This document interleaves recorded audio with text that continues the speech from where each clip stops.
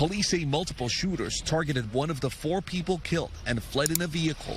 We believe that there was a hit. Someone was willing to pay money to have that person killed. More than 100 shell casings were recovered from the scene.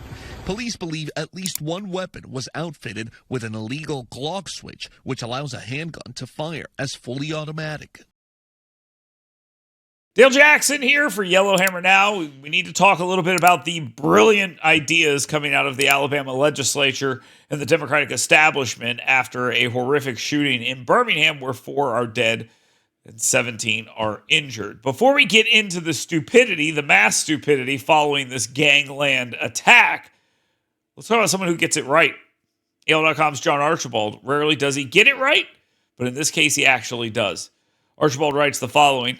He says, blame the people so empty and unfeeling that they'd fire 100 rounds into a crowd of people with a weapon made so imprecise it is fit for only terror.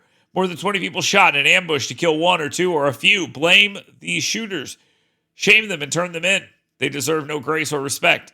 Such is the case with those who know who they are or where they are and do nothing, say nothing. Blame them too for the lack of conscience or constitution, for a warped sense of ethics, for cowardice, for complicity.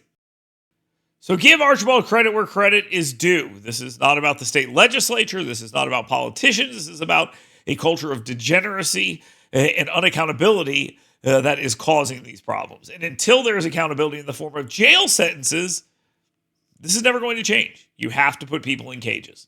You have to start arresting people for smaller crimes and keeping them there. When they do something big, you have to keep them there longer. That is the only solution to this. What we're doing now just does not work. Sorry, just doesn't work. And until you start putting these people away from the good people, then you're going to have these problems. It's just a simple fact. You can ban or re-ban things like Glock switches on both the federal and local level, and it won't matter. You can go ahead and talk all day about how concealed carry permits need to come back. The people that exited this vehicle with an already illegal Glock switch and gunned down people outside of a hookah lounge, those people don't care about those laws. They don't. They cannot live in our civilized society because they're animals and they need to be in jail. It's simple as it is. It's a gang doing gang things. So you have to put a gang in jail. It's as simple as it is. Now, we have a lot of people who don't understand that. That includes the mayor of the city of Birmingham, who has a semi-decent idea, talking about how we need to have more penalties. But he wants penalties for Glock switches, which is just idiotic because it's already illegal. He wants to make it mandatory, 10 years if you're caught with one, 25 years to serve if you actually use one and someone's shot, and then life if someone dies. I mean, Florida has something called 10-20 life, but it's for every time you pull a gun. If you pull a gun, 10 years. If you shoot someone, 20 years. If you kill someone, life. I mean, I'm with him on that. If he wants to do that, there's a penalty that I think might actually do something. But because, we live in a stupid society, stupid things are coming. Up next, the Alabama House Democrats, they've decided they have a great plan here.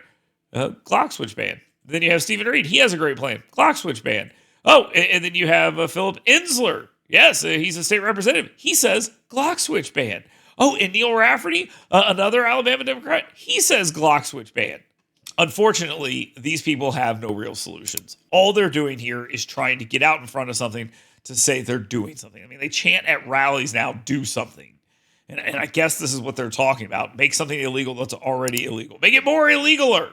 It's not going to work. The only solution is putting people in cages for longer periods. Let me know when they start putting out press releases that say, put people in cages for longer periods. And then we can talk about how much they actually care about this issue and the people who lose their lives over this stuff.